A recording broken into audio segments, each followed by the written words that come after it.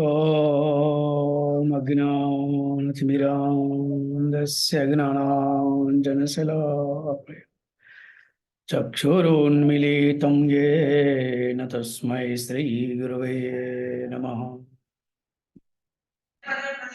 श्रीचैतन्यमनोभीष्टं स्थापितं येन भूतले स्वयं रूपः कदा मह्यं ददाति भावो विष्णुपदाय कृष्णप्रेष्ठाय भूतले श्रीमते भक्तिवेदान्त स्वामिनिति नामिने। नमस्ते सरस्वती देवे गौरवाणी प्रचारिणे निर्विशेषा शून्यवादी पाश्चात्य सतारिणी। जय श्री कृष्ण चैतन्य प्रभु नित्यानंद श्री अद्वैत गदाधर श्रीवासादि गौर भक्त वृंद। हरे कृष्णा कृष्ण कृष्ण हरे हरे हरे राम राम राम हरे हरे। ओम नमो भगवते वासुदेवाय। ओम नमो भगवते वासुदेवाय। ओम नमो भगवते वासुदेवाय। ओम नमो भगवते वासुदेवाय। ओम नमो भगवते वासुदेवाय। ओम नमो भगवते वासुदेवाय।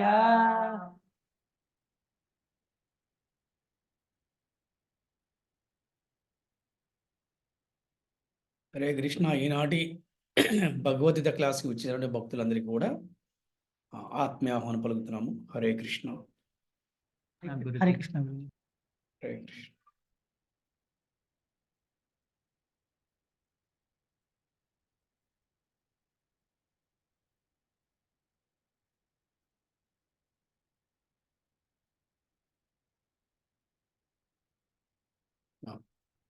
ఈరోజు మనం 6వ అధ్యాయం 33వ శ్లోకం నుంచి 6వ అధ్యాయము 40వ శ్లోకం వరకు మనం చెప్పుకుందాము.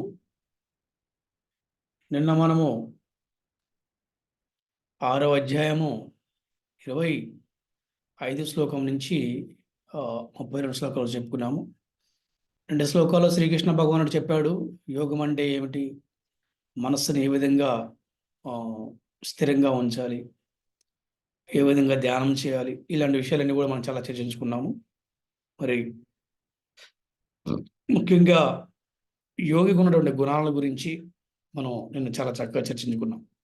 ఈ రోజున అర్జునుడు మరికొన్ని ప్రశ్నలు శ్రీకృష్ణ భగవానుడు అడుగుతున్నాడు. ఆ ప్రశ్న ఏంటనే చూద్దాము. ఈ 6వ అధ్యాయము 33 నుంచి ఈ 40 శ్లోకాల వరకు అర్జునుడు ఏ విధంగా శ్రీకృష్ణ భగవాన్ని ప్రశ్న అడుగుతున్నాడు, శ్రీకృష్ణ భగవానుడు ఏ విధంగా అర్జునుడికి సమాధానం ఇస్తున్నాడు అనే విషయాన్ని ఇక్కడ మనం చక్కగా చర్చించుకునే ప్రయత్నం చేద్దాం. ఓకే. హరే కృష్ణ.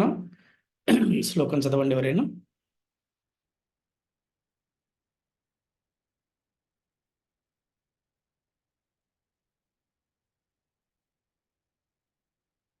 हरे कृष्ण गुरुजी। अर्जुन उवाच योऽयं योगस्त्वया प्रोक्तः साम्येन मधुसूदन एतस्याहं न पश्यामि चञ्चलत्वात् स्थितिं स्थिरम्। हरे कृष्ण गुरुजी। అర్జునుడు పలికెను, ఓ మధుసూదన, నీవు చెప్పిన ఈ యోగ విధానము ఈ చంచలమైన మనస్సు వలన నాకు ఆచరింపశక్యము కానిది మరియు అసాధ్యమైనది అనిపిస్తుంది. ఇక్కడ శ్రీకృష్ణ భగవానుడు ఏ విధంగా అయితే ఇంతకుముందు శ్లోకాల్లో యోగ విధానం చెప్పారో అది కష్టమని చెప్పేసి అర్జునుడు చెప్తున్నాడు. ఈ చంచలమైన మనస్సు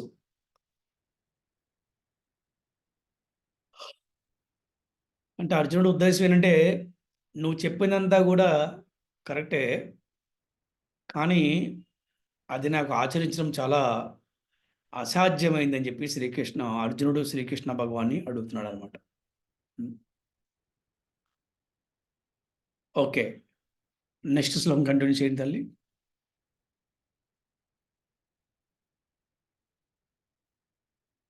హరే కృష్ణ. నెక్స్ట్ శ్లోకం చదవండి ఎవరైనా.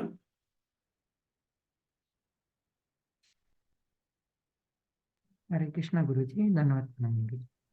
చంచలం హి మనః కృష్ణ ప్రమాతి బలవృద్ధుడం తస్యాహం నిగ్రహం మన్యే వాయోరివ సుదుష్కరం. Very good.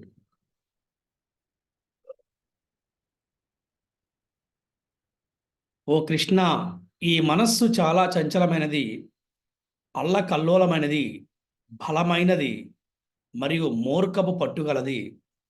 దీన్ని నిగ్రహించడం వీచే గాలిని నియంత్రించడం కన్నా ఎక్కువ కష్టంగా అనిపిస్తుంది. మనస్సు గురించి అర్జునుడు చాలా చక్కగా చెప్తున్నాడు అన్నమాట. ఈ మనస్సు చాలా కష్టమైంది. చాలామంది చెప్తున్నారు మన మనస్సే మనకి మిత్రుడు, మన మనసే మన శత్రువు అని చెప్పి చెప్తుంటారు అనమాట. కానీ కృష్ణ భక్తి భావంలో ఉన్నవాడు, ఈ యొక్క డివోషనల్ ప్రాక్టీస్ చేసేవాడు మనసుని మిత్రుడిగా మార్చగలుగుతాడు. అది ఎలాగనేది రానున్న శ్లోకాల్లో తెలుస్తుంటుంది. ఈ విధంగా అర్జునుడు మళ్ళీ చెప్తున్నాడు, మనసు చాలా చంచలమైనది, అల్లకల్లోలమైనది, బలమైనది, అలాగే మూర్ఖ పట్టుగలది. దీన్ని నిగ్రహించడం చాలా కష్టం. ఎలా పోల్చారంటే వీచే గాలిని నియంత్రించడంతో పోల్చారన్నమాట. గాలిని ఎవరు నియంత్రించగలరా? గాలితో పాటు పోల్చారు దీని యొక్క మనస్సుని.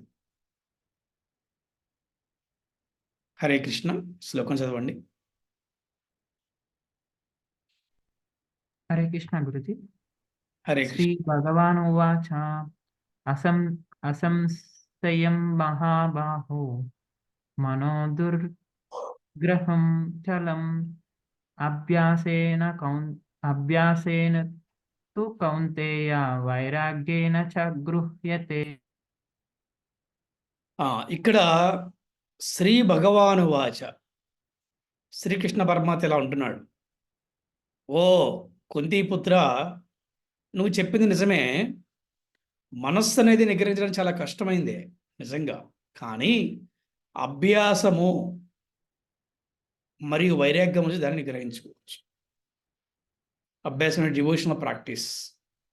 ఏ విధంగా మనం పూర్వ క్లాస్లో కూడా చెప్పుకున్నాం.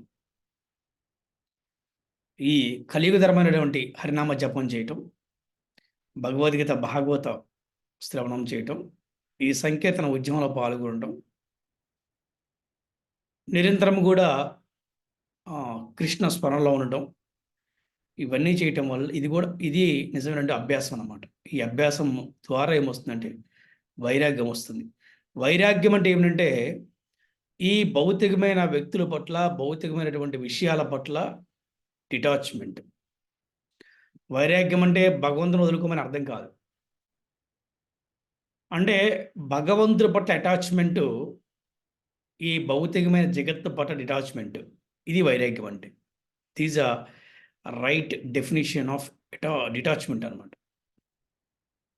అది అంటే ఈ అభ్యాసం చేసినప్పుడు ఈ వైరాగ్యం వస్తుంది. వైరాగ్యం అని ఏంటంటే భగవంతుడి పట్ల ఆసక్తి, ఈ భౌతికమైన పట్ల మనకి నిరాసక్తి అనేది కలుగుతుందన్నమాట.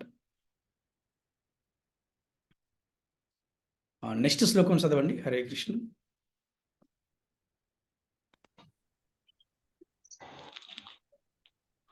హరే కృష్ణ గురుజీ. హరే కృష్ణ.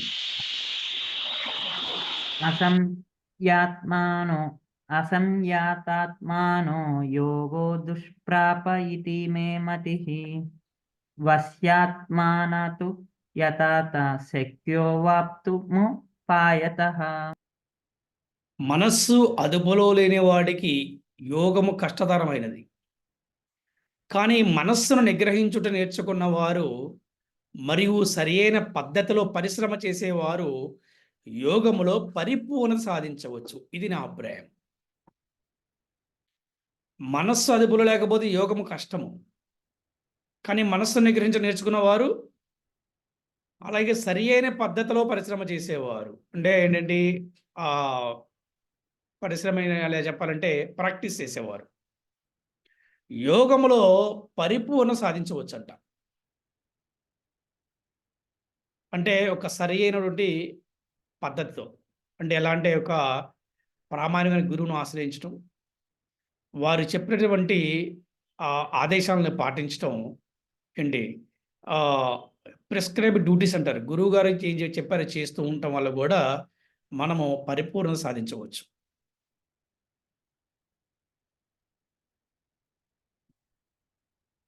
నెక్స్ట్ శ్లోకం చదవండి. హరే కృష్ణ ప్రభుజీ. హరే కృష్ణ మాతాజీ. అర్జున ఉవాచ ఆయతీయ శ్రద్ధయోపేతో యోగాచాలితమానసః అప్రాప్యం యోగ సంసిద్ధిం కాం గతిం కృష్ణ గచ్చతి. హరే కృష్ణ. ఇక్కడ మళ్ళీ అర్జున ఉవాచ అంటే అర్జునుడు మళ్ళీ ప్రశ్న అడుగుతున్నాడు. ఈ మార్గంలో శ్రద్ధతో ప్రయాణం ప్రారంభించి కూడా చంచలమైన మనస్సు కారణముచే తగినంత పరిశ్రమించక అంటే తగినంత సాధన చేయక యోగ లక్ష్యాన్ని ఈ జన్మలో సాధించలేకపోయిన యోగి యొక్క గతి ఏమిటి? ఈ ప్రశ్న చాలా ఇంపార్టెంట్ క్వశ్చన్ అనమాట ఇది. చూడండి, అతను తగినంతగా చేయలేకపోతే, ఆ లక్ష్యాన్ని గనక ఈ జన్మలో సాధించకపోతే వారి గతి ఏమిటి అని ఇక్కడ అర్జునుడు అడుగుతున్నాడు. దీనికి శ్రీకృష్ణ భగవానుడు ఏ విధంగా సమాధానం చెప్తున్నాడో మనం చూద్దాం. మళ్ళీ ఈ శ్లోకం కూడా చదవండి.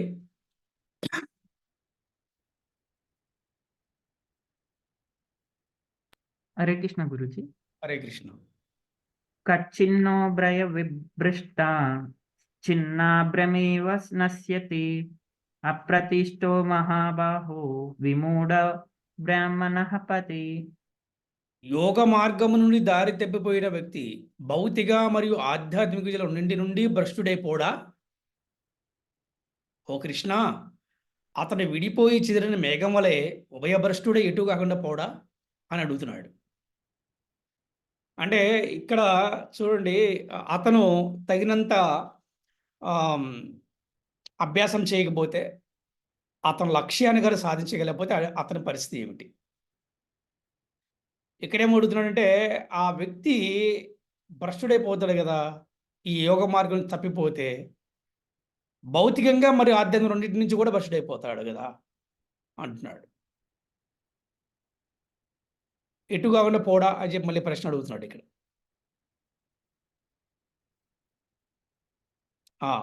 నెక్స్ట్ ఈ శ్లోకం చదవండి.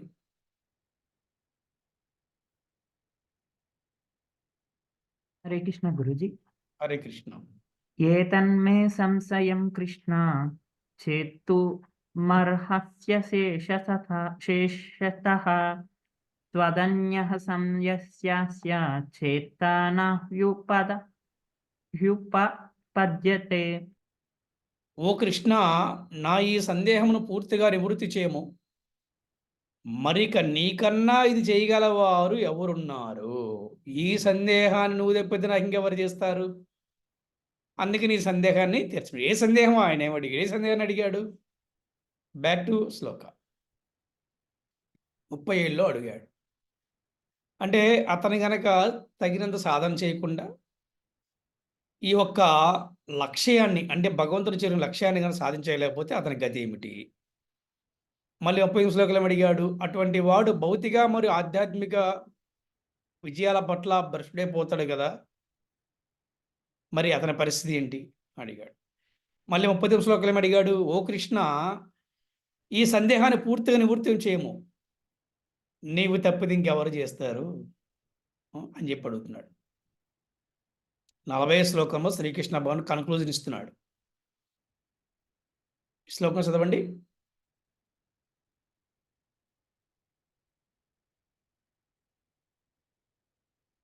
శ్రీ భగవానువాచ పార్థ నైనేహ నాముత్ర వినాశ తస్య విద్యతే నహి కృత కశ్చిత్ దుర్గతిం తాత గచ్చతి. శ్రీ భగవానుడు ఇలా పలికాడు, ఓ పార్థ, ఆధ్యాత్మిక పథములో ఉన్నవాడు ఈ లోకములో గాని పరలోకములో గాని చెడిపోడు. ప్రియమిత్రమా, భగవత్ ప్రాప్తి కోసం ప్రయత్నం చేసేవాడు ఎన్నటికీ దుర్గతి పాలుగాడు. కనుగరించాడు శ్రీకృష్ణ భగవానుడు. ఒక్కసారి ఈ ఒక 40 శ్లోకం భాష్యము ఎవరు చదువుతారు ఈ రోజున?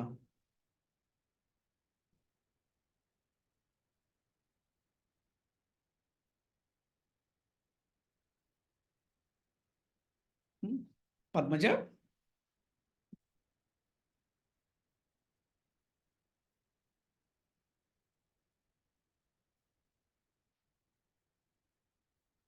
హరే కృష్ణ. 40 శ్లోకం భాష్యం ఎవరు చదువుతారు? హరే కృష్ణ గురూజీ, పద్మజ గురూజీ. సో చాలా లేట్గా ఉన్నారు, చాలా స్లోగా ఉన్నారు. యాక్టివ్గా ఉండాలి క్లాస్లో. Okay okay. శ్రీల ప్రభుపాద వారి భాష్యంకి జై, శ్రీల గురుదేవ్కి జై. శ్రీమద్ భాగవతమునందు నారద ముని వ్యాసదేవునికి ఈ విధముగా ఉపదేశించుచున్నాడు.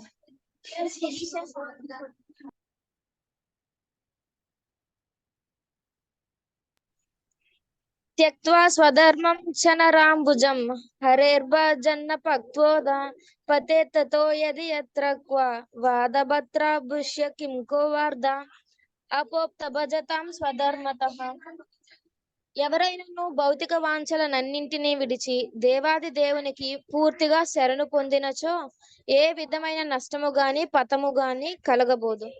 కానీ భక్తుడు కానివాడు తన విద్యుక్త ధర్మములందు సంపూర్ణముగా నెలకొనినను ఎట్టి లాభమును పొందకపోవచ్చును.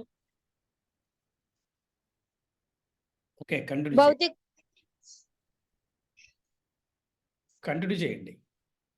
భౌతికాబుద్ధ్యము కొరకై శాస్త్ర వహితములైన కర్మములే అనేక గలవు. జీవితమునందలి ఆధ్యాత్మిక పురోగతి కొరకు అనగా కృష్ణ చైతన్యము కొరకై యోగి అట్టి సమస్త భౌతిక కార్యకలాపాలను త్యజించవలెను.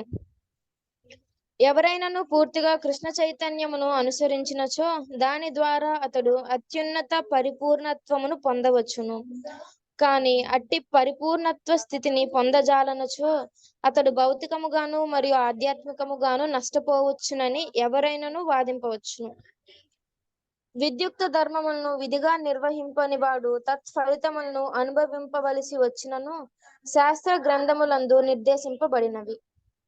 కనుకనే ఆధ్యాత్మిక కర్మలను చక్కగా నిర్వర్తించలేని వాడు కూడా ఈ కర్మ ఫలముచే ప్రభావితుడు కాగలడని భావించే అవకాశము కలదు. కానీ ఈ విషయమున ఉత్తీర్ణుడు కాని యోగి ఎట్టి కలతను పొందన అవసరము లేదని శ్రీమద్ భాగవతమున నిశ్చయముగా తెలుపుచున్నది. హరే కృష్ణ. ఇక్కడ మనకి ప్రతి ప్రశ్నకి సమాధానము, ప్రతి సమస్యకి పరిష్కారము అనేది మనకి భగవద్గీత భాగవతంలో ఉంటుంది. అంటే ఇక్కడ మనం కనుక చూస్తే ఒక పూజ చేసినప్పుడు పూజలో కొన్ని నియమ నిబంధనలను పాటించకపోతే, ముఖ్యంగా మంత్ర ఉచ్చారణ సరిగా లేకపోతే వారికి కూడా ఒక అపరాధం వస్తుందన్నమాట. ఇవి మనకి వేదాల్లో దీని గురించి ప్రస్తావన కూడా జరిగిందనమాట. అందుకే హోమాలు, యజ్ఞాలు, పూజలు, వ్రతాలు వీటిల్లో కూడా చాలా శ్రద్ధతో చేయాలన్నమాట. ఈ మంత్ర ఉచ్చారణలో కూడా ఎటువంటి తప్పులు లేకుండా చదవాలి. కానీ నిరంతరం ఎవరైతే కృష్ణుడిని స్మరిస్తారో, నిరంతరము కృష్ణుడు తప్పితే నాకెవరు లేరని చెప్పి అనుకుంటారో వారు ఎట్టి మాత్రను కూడా వారు పతనం చెందరని చెప్పి చెప్తున్నాను. అనన్యా చింతయంతో మాం ఏ జనా పర్యుపాసతే తేషాం నిత్యాభియుక్తానాం యోగక్షేమం వహామ్యహం. అనన్య భక్తితో నన్ను ఆశ్రయించిన వాడికి యోగక్షేమాలన్నీ భగవంతుడే చూసుకుంటాడు. మనకి శ్రీమద్ భాగవతం అనేది అల్టిమేట్ స్క్రిప్చర్.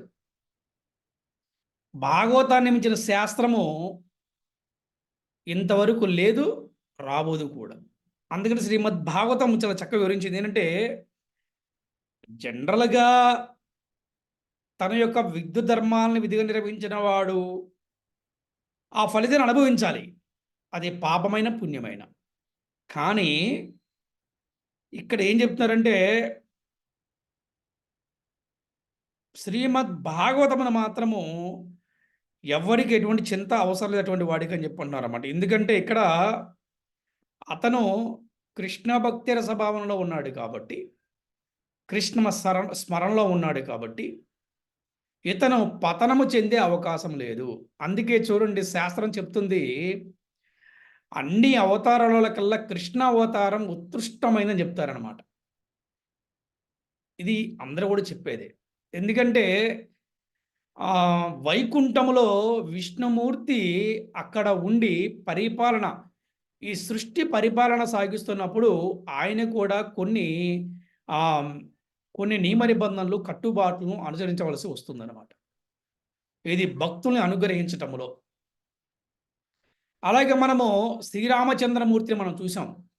శ్రీరామచంద్ర మహాప్రభు క్షత్రియుడిగా ఆయన ఆ రాజ్యంలో రాజుగా తన ఒక ధర్మాన్ని, అంటే రాజనీతిని నిర్వర్తించడం కోసం అక్కడ కొన్ని నియమ నిబంధనలు ఉన్నాయి మనం చూస్తే గనక. అంటే అక్కడ కూడా ఈ భక్తులకి ఈ భగవంతుడి అనుగ్రహం అనేది అంత పూర్తిగా లేదని చెప్పాలి. అంటే ఏంటి, తప్పకుండా కొన్ని నియమ నిబంధనలు అని మనం చూసాం. అంటే కేవలము అంటే మనం తెలుసుకోవాల్సిన విషయం ఏంటంటే ఇక్కడ రాజ్యక్షేమం కోసం, దేశ ప్రజల కోసం, రాజనీతి కోసం సీతాదేవి కూడా అడవులకు వెళ్ళాల్సి వస్తుందన్నమాట. కానీ ఇక్కడ చూస్తే కనుక కృష్ణ అవతారంలో అంటే ఎటువంటి పూజలు, ఎటువంటి యజ్ఞాలు, యాగాలు చేయనప్పటికీ కూడా నిరంతరం ఎవరైతే కృష్ణ కృష్ణ కృష్ణ అని ప్రేమగా పిలుస్తారో వారి దగ్గర కృష్ణ వచ్చేస్తాడని చెప్పి శాస్త్రం చెప్తున్నాను. అందుకే కృష్ణ అవతారము చాలా ఉత్కృష్టమైనది. దానికి మనకి ఎగ్జాంపులే మనకి చూస్తే కనుక బృందావనంలో గోపీల యొక్క ప్రేమ ఎంత గొప్పదో మనం చూస్తూ ఉంటాం అన్నమాట అండి. అందుకని ఇక్కడ మనము ఈ అర్జునుడు అడిగిన ప్రశ్నలకి శ్రీకృష్ణ భగవానుడు ఏ విధంగా సమాధానం చెప్తున్నాడు అనే దానిగా మనం చూస్తే ఇక్కడ ఈ భాషలో మనం తెలుసుకోవచ్చు అన్నమాట. అంటే అర్జునుడు ఏ విధమైన ప్రశ్నలు అడిగాడు మనం చూస్తున్నాం. కరెక్టే, ఈ మనసు చంచలమైనది, అందుకని ఈ యోగ విధానాన్ని నేను అనుసరించలేకపోతున్నాను అని చెప్పి అన్నాడు. అలాగే తర్వాత ఏమన్నాడు, ఈ అభ్యాసాన్ని అనుసరించలేకపోతే, ఆచరించలేకపోతే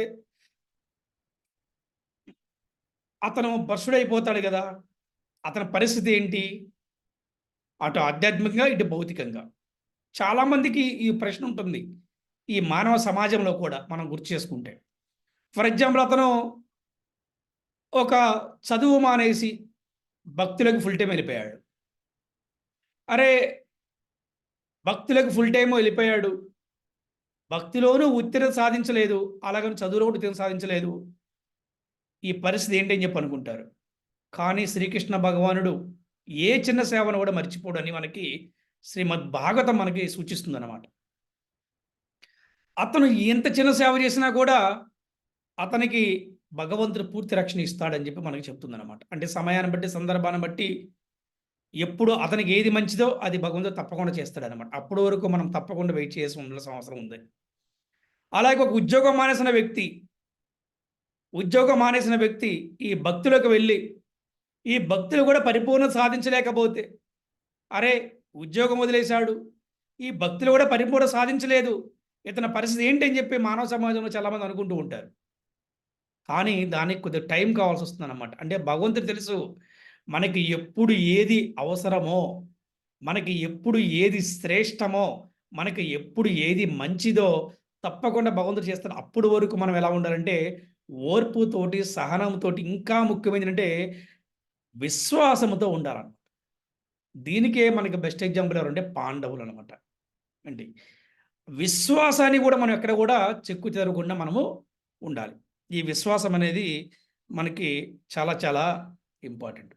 ఈరోజు మనము అంటే ఈ ఆధ్యాత్మిక జీవితంలో ఉన్నతమైన స్థాయికి వెళ్ళలేకపోతే అతని పరిస్థితి ఏంటి అని అర్జునుడు శ్రీకృష్ణుడు అడిగినప్పుడు ఏంటి శ్రీకృష్ణుడు ఏ విధంగా చెప్తున్నాడు అనమాట. అటువంటి వారికి అటువంటి వాడు ఎన్నడూ నశించిపోడు, ఈ లోకములోని పరలోకములో కాని మిత్రమా వాడెప్పుడు కూడా నశించిపోడు. భగవద్గీతలో చెప్తున్నాడు, నా భక్తుడు ఎన్నడూ కూడా నశించిపోడు అని చెప్తున్నాడు శ్రీకృష్ణ భగవానుడు. ఇక్కడ ఇంకొక ప్రామిస్ చేస్తున్నాడు. నిన్న ఒక ప్రామిస్ గురించి చెప్పుకున్నాం కదా మనం, ఇవాళ ఇంకో ప్రామిస్ చేస్తున్నాడు శ్రీకృష్ణ భగవానుడు. ఎక్కడ 6వ అధ్యాయంలో 40 శ్లోకాలు చెప్తున్నాడు అనమాట. ఈ లోకంలో కానీ పరలోకంలో కానీ ఎప్పటికి కూడా నశించిపోడు అని ఇక్కడ మనకి శ్రీకృష్ణ భగవానుడు ప్రామిస్ చేస్తున్నాడు అనమాట. హరే కృష్ణ. కంటిన్యూ చేయండి మాతాజీ.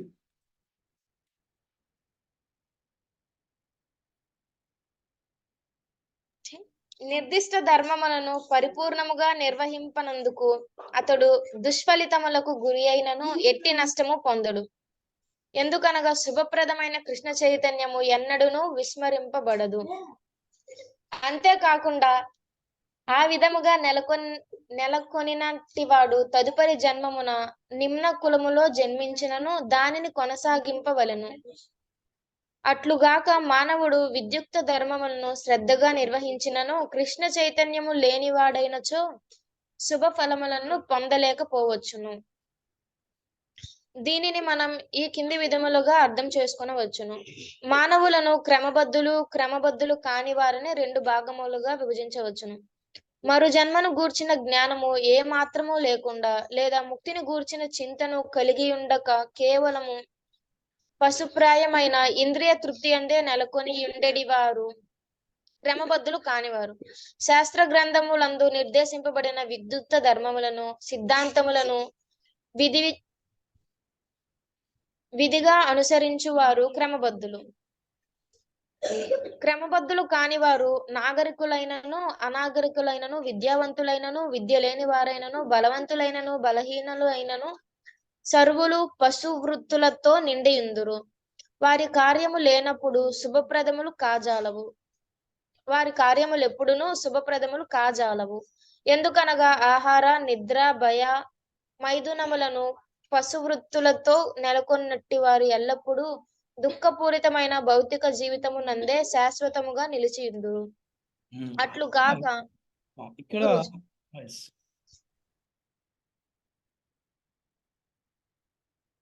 మనము నా భక్తుడు ఎన్నడూ నశించడు అనే దాని గురించి ఈరోజు మంచి మన కథ చెప్పుకుందాం. భాగవతంలో అజానుడి కథ కనుక చూసుకుంటే కనుక మనకు అర్థమవుతుంది. అంటే భగవంతుడు భక్తుని ఏ విధంగా సదా రక్షిస్తూ ఉంటాడని చెప్పడానికి. మనం చూస్తే కనుక మనం ఇంతమంది కూడా చెప్పుకున్నాం, ఏ వ్యక్తి కూడా పేదవాడు కాదు. ఏ వ్యక్తి కూడా బీసీ ఎస్సీ ఎస్టీ ఓసీ కాదు. ఈ విషయం మనం గుర్తుపెట్టుకోవాలి. ప్రతి ఒక్క వ్యక్తి కూడా సంపన్నుడే. ప్రతి ఒక్క జీవి కూడా భగవంతుడి యొక్క సంతానమే. ప్రతి ఒక్క జీవి కూడా భగవంతుడి యొక్క అంశే. అందుకని మన కుటుంబంలో ఒక నలుగురు ఉన్నప్పుడు 3 మంచి పొజిషన్లో ఉండి ఒకటి గనక సరైన పొజిషన్ లేకపోయినప్పుడు కూడా ఆ తండ్రి ఆ సంతానాన్ని రక్షిస్తూనే ఉంటాడు. మనం చూస్తూ ఉంటాం సమాజంలో. అలాగే భగవంతుడు ప్రతి ఒక్కరు రక్షిస్తూనే ఉంటాడు. అంటే కొన్నిసార్లు దండిస్తూ, కొన్నిసార్లు ప్రేమను చూపుతూ. అందుకే చూడండి, జీవితంలో చాలామంది ఒడిదుడుగులు వస్తూ ఉంటాయి, అప్ అండ్ డౌన్స్. అంటే ఆర్థికంగా పడిపోవటం వల్ల, ఆర్థికంగా లేకపోతే ఇవన్నీ కూడా భగవంతుడి యొక్క లీలని చెప్పుకోవాలి మనం. ఎందుకంటే మనల్ని సరైన దారిలో పెడతం కోసం చేస్తున్నారే కానీ ఇది ఏమాత్రం కాదు చెప్పి మనం అర్థం చేసుకోవాలన్నమాట. అలాగే మనం గనక చూస్తే ఒక వ్యక్తి అతను దురలవాట్లు లోనినప్పటికీ, ఆ వ్యక్తి కొన్ని అధర్మ కార్యక్రమాలు చేసినప్పటికీ అతని కర్మానుసారము అతను ఇవాళతో అయిపోయాడు అనుకుంటానికి లేదు. చూస్తూ ఉంటాం మన సమాజంలో, అరే మనడుదాకా ఇలా ఉన్నాడు, ఇతను సడన్గా ఇలా మారిపోయి చెప్పి అంటూ ఉంటాం. కారణం ఏంటంటే భగవంతుడి కృప. ఇది తెలుసుకోవాలి మనం. అలాగే ఆ వ్యక్తి యొక్క పట్టుదల. అంటే ఏంటి ఆ వ్యక్తి యొక్క పట్టుదల? నేను మారాలి, నేను ఈ వ్యసనాల నుంచి బయటపడాలి. ఎప్పుడైతే మనకి ఈ భావన వస్తుందో, భగవంతుడు కృప కూడా జోడైందో అప్పుడు మనలో మార్పు వస్తుందన్నమాట. ఇక్కడ నా భక్తుడు ఇహలోకములో కానీ పరలోకములో కానీ ఎక్కడా కూడా నశించిపోడు అని శ్రీకృష్ణ భగవానుడు చెప్తున్నాడు. దానికి భాగవతంలో 2 కథల గురించి బాగా చెప్పుకుంటారు. ఒకటి అజామినుడు కథ. అంటే భక్తిలో ఆయన ఒక మంచి స్థాయికి వెళ్ళి మళ్ళీ ఏ విధంగా ఆయన పతనం అయిపోయాడు, మళ్ళీ చివరి రోజుల్లో మళ్ళీ ఏ విధంగా భగవద్ధామానికి వెళ్ళాడు అనే గురించి చెప్పుకుంటాం. ఇంకొక భక్త అంబరీష మహారాజ్ కథ చెప్పుకుంటాం మనం. భక్త అంబరీషుడు ఎంతో గొప్ప భక్తుడు అంటే నవవిధ భక్తి మార్గాలు ఉన్నాయి. మనం భగవంతుని చేరుకుంటానికి నవవిధ భక్తి మార్గాలు ఉన్నాయి. ఈ మార్గాలలో ఏ ఒక్క మార్గాన్ని అనుసరించినా కూడా భగవంతుని చేరుకుంటామని మన శాస్త్రం ఆచార్యులు చెప్తున్నారు. ఈ 9 మార్గాలను కూడా అనుసరించిన వాడే అంబరీష్ మహారాజ్. భాగవతంలో ఎక్కువగా ప్రధానంగా అంబరీష్ మహారాజ్ గురించి, అజామినుడి గురించి చెప్పుకుంటూ ఉంటాం. అయితే ఇప్పుడు ఈ శ్లోకానికి సంబంధించి మనం అజామినుడి గురించి చెప్పుకుందాం. మనం అజామినుడు మంచి బ్రాహ్మణోత్తముడు, మంచి భక్తుడు. ఆయన చిన్నప్పటి నుంచి కూడా ఎప్పుడు కూడా మంచి సాధన చేస్తూ బాగా హోమాలు, యజ్ఞాలు వాళ్ళ నాన్నగారితో వాడు కలిసి చేస్తుంటాడు. మంచి ఉన్నతమైనటువంటి బ్రాహ్మణ వంశమును జన్మించిన వాడు. వారి నాన్నగారు ఈ యజ్ఞం చేయడం కోసం సమిధలు తెమ్మని చెప్తారు. అడవికి వెళ్ళి, ఆ రోజుల్లో అడవికి వెళ్ళి తీసుకొస్తారు కదా. అతను అడవికి వెళ్ళి ఆ సమిధ తీసుకొచ్చే దారి మార్గంలో ఒక పురుషుడు, స్త్రీ ఒంటి మీద బట్టలు లేకుండా అతనికి కనపడుతుంది. చూపు అంటే చూడండి, పూర్వీకు మన పెద్దలు చెప్తారు, చెడు చూడకు, చెడు వినకు. అంటే అతను ఆ చెడుని చూడటం వల్ల అతని మనసు చలించిందనమాట. ఆ తర్వాత అతను అది మర్చిపోలేకపోతున్నాడు. దానికి ఆయన ఏం చేశాడంటే ఆ వేషతో పరిచయం పెంచుకొని, ఆ వేషతో సహజీవనం చేసి, ఆ వేషని పెళ్లి చేసుకొని 10,000 సంవత్సరాల పాటు అతను ఆ వేషతో పాటు ఉన్నాడు. 10,000 years. అయితే ఈ క్రమంలో భార్య, పిల్లలు, చాలామంది పిల్లలు, ఒకరు కాదు, ఇద్దరు కాదు. మరి పోషణ ఎలాగా అంటే ఈ పోషణ కోసం అతను జీవహింస చేయాల్సి వచ్చింది. మత్తు పదార్థాలు, వ్యభిచారము, జోదము, అంటే ఏవైతే 4 నియమాలు పాటించాలో ఈ 4 కూడా బ్రేక్ చేశాడు. అంటే అన్ని కూడా పాప కార్యక్రమాలు చేశాడు. అంటే పిల్లలను పోషించాలంటే దొంగతనం కూడా చేశాడు, మోసం చేశాడు, అన్నీ కూడా చేశాడు. అయితే ఇతనికి చివరి రోజులు వచ్చేసాయి. చివరి రోజులు వచ్చినప్పుడు ఆయన తన కొడుక్కి నారాయణని పేరు పెట్టుకోవడం జరిగింది. నారాయణని పేరు పెట్టుకోవడం జరిగింది బట్టి చివరి రోజులో నారాయణ నారాయణ నాకు మంచినీళ్ళు ఇవ్వరా, నారాయణ నారాయణ అని చెప్పి జరగడం జరిగింది. ఎప్పుడైతే నారాయణ నారాయణ నారాయణ అన్నాడో శరీరం విడిచిపెట్టేశాడు. ఈ శరీరం విడిచిపెట్టేసిన తర్వాత యమభట్లు వచ్చారు. ఎమ్మటి అక్కడ విష్ణు భట్లు కూడా వచ్చారు. అక్కడ ఇద్దరు కూడా కొంతసేపు అక్కడ ఒక డిస్కషన్ అన్నమాట. ఏమిటి అంటే, యమభట్లు మీరు ఎందుకు వచ్చారు, వీడు మా భక్తుడు, మేము తీసుకెళ్తామంటారు విష్ణు భట్లు. మీ భక్తుడు ఏంటండి, వీడు బ్రాహ్మణ వంశంలో జన్మించినప్పటికి కూడా వీడు చెయ్యకూడిన పాపకారాలను కూడా చేశాడు అని చెప్పి అంటారు. అప్పుడు విష్ణు భట్లు ఏమన్నాడు, నాయన అతను భక్తిలో కొంతకాలము పతనమైనప్పటికీ కూడా అతను భక్తుడే. ఎవరైతే చివరి రోజుల్లో నారాయణ, వాసుదేవ, కృష్ణ, నారాయణ అని జపిస్తారో, ఆ పేరు పెట్టి పిలుస్తారో, వారు తప్పకుండా కూడా భగవద్ధామ వెళ్ళాలని చెప్పి చెప్తారు. అప్పుడు యమభట్లు యమలోకానికి వెళ్ళి యమధర్మరాజును కలుసుకొని ఈ విషయం చెప్తారు. చెప్తే యమధర్మరాజు చెప్తాడు, నాయన వారు చెప్పింది కరెక్టే, అతను ఎటువంటి పాపకార్యములు చేసినప్పటికీ కూడా అతను గనక చివరి రోజుల్లో అంత్యకాలేనా చివరి రోజుల్లో ఎవరైతే నా నామాన్ని చెప్తారో వారు నన్ను చేరుకుంటారని చెప్పి చెప్తున్నారు అనమాట. శ్రీకృష్ణ భగవానుడు భగవద్గీతలో చెప్తాడు అనమాట ఈ శ్లోకాన్ని. ఆ విధంగా చెప్పడం జరిగింది. అప్పుడు విష్ణు భట్లు ఈ అజామిలుడిని తీసుకొని అజామిలుడికి వివరిస్తారు. ఈ యమభట్లు ఎందుకు వచ్చారంటే, నువ్వు చేసిన పాపకార్యాల వల్ల వచ్చారు కాబట్టి ఇప్పుడు నిన్ను మేము తీసుకెళ్తాము, కానీ నీకు ఇంకా కొద్దిగా ట్రైనింగ్ అవసరం అని చెప్పేసి ఈ యొక్క భక్తులు ఈ యొక్క అజామిలుడిని ఉద్ధరిస్తారనమాట. అందుకే భక్తుల సాంగత్యం చాలా గొప్పది, గుర్తుపెట్టుకోండి. భక్తులు ఎప్పుడు ఎలా ఉంటారంటే పరదుఃఖి దుఃఖ. వైష్ణవ అంటే అర్థం ఏంటంటే పరదుఃఖి దుఃఖ. వైష్ణవులు ఎప్పుడు కూడా పరుల యొక్క శ్రేయస్సును కోరుకుంటారన్నమాట. పరులు దుఃఖములో ఉంటే చూసి సహించలేరన్నమాట. అది అందుకని ఈ ఒక్క భటులు, విష్ణు భటులు ఆ భక్తుడికి మళ్ళీ అతనికి మంచిగా ట్రైనింగ్ ఇచ్చి అతను ఉద్ధరించి భగవద్ధామాన్ని తీసుకెళ్తారు, గోలోకాన్ని తీసుకెళ్తారు అన్నమాట. అది అంటే ఈ ఒక్క శ్లోకం ద్వారా మనం తెలుసుకోవాల్సింది ఏంటంటే, నా ఒక్క భక్తుడు అంటే అర్జునుడు అడిగాడు కృష్ణుడు ప్రశ్న, ఈ యోగ పద్ధతి చాలా కష్టమైంది కదా, యోగ పద్ధతిని నిన్ను చేరుకునే ప్రయత్నం. యోగం అంటే ఏంటి? భగవంతుని చేరుకునేటువంటి ప్రయత్నాన్ని యోగం అంటారు. ప్రాసెస్ని, దాన్ని సిస్టమ్ని యోగం అంటారు. అంటే ఇది చాలా కష్టమైనది. ఎందుకంటే మనసు చంచలమైనది కదా, మనసు మూర్ఖమైంది కదా. అడుగుతున్నాడు అర్జునుడు, ఈ చాలా ప్రశ్నలు అడిగాడు అనమాట. దానికి శ్రీకృష్ణ భగవానుడు ఈ 40వ శ్లోకంలో ఎంతో చక్కగా అతనికి ఇటువంటి చెప్తున్నాడు. ఏమంటే అభ్యాస యోగేనా, అంటే ఏ విధంగా మనస్సుని స్థిరంగా ఉంచవచ్చు అంటే అభ్యాస యోగేనా అంటే ఏంటి?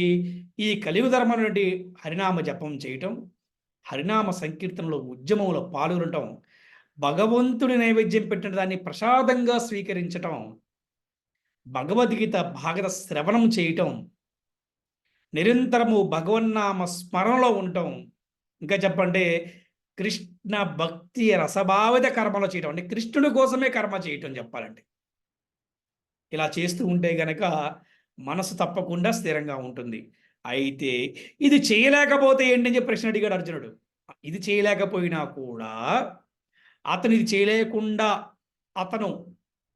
చేయలేకపోయినప్పటికీ కూడా, అతనికి చేయాలనే ఆసక్తి ఉన్నప్పుడు కూడా అతను నశించపోడు అని చెప్తున్నారు అన్నమాట. అంతేకాకుండా వచ్చే జన్మలో అతనికి ఉన్నతమైనటువంటి, మళ్ళీ మనం నెక్స్ట్ క్లాస్లో చెప్పుకుంటాం అన్నమాట. దీని గురించి ఇంకా వస్తుంది, నెక్స్ట్ క్లాస్ చెప్పుకుంటాం మనం.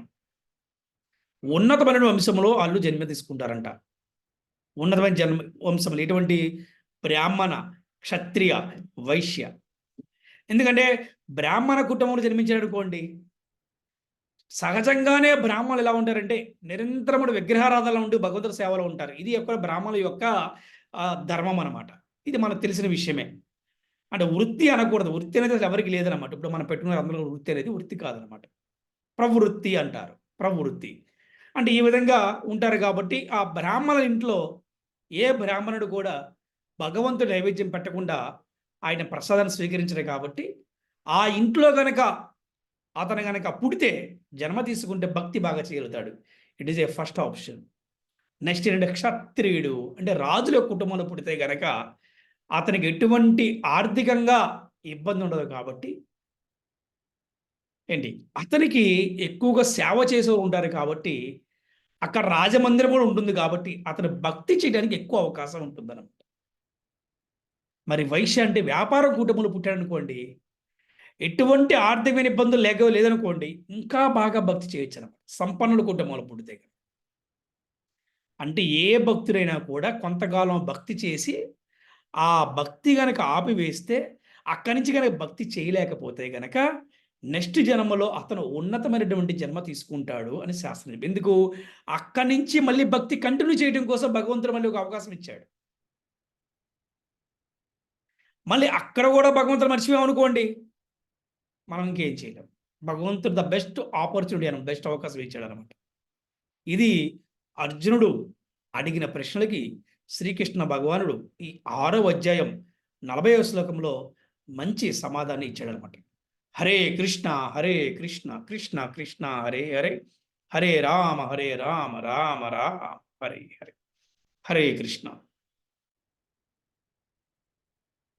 హరే కృష్ణ. ఈరోజు క్లాస్లో ఎవరికైనా సందేహాలు ఏమైనా ప్రశ్నలు ఉంటే అడగవచ్చు.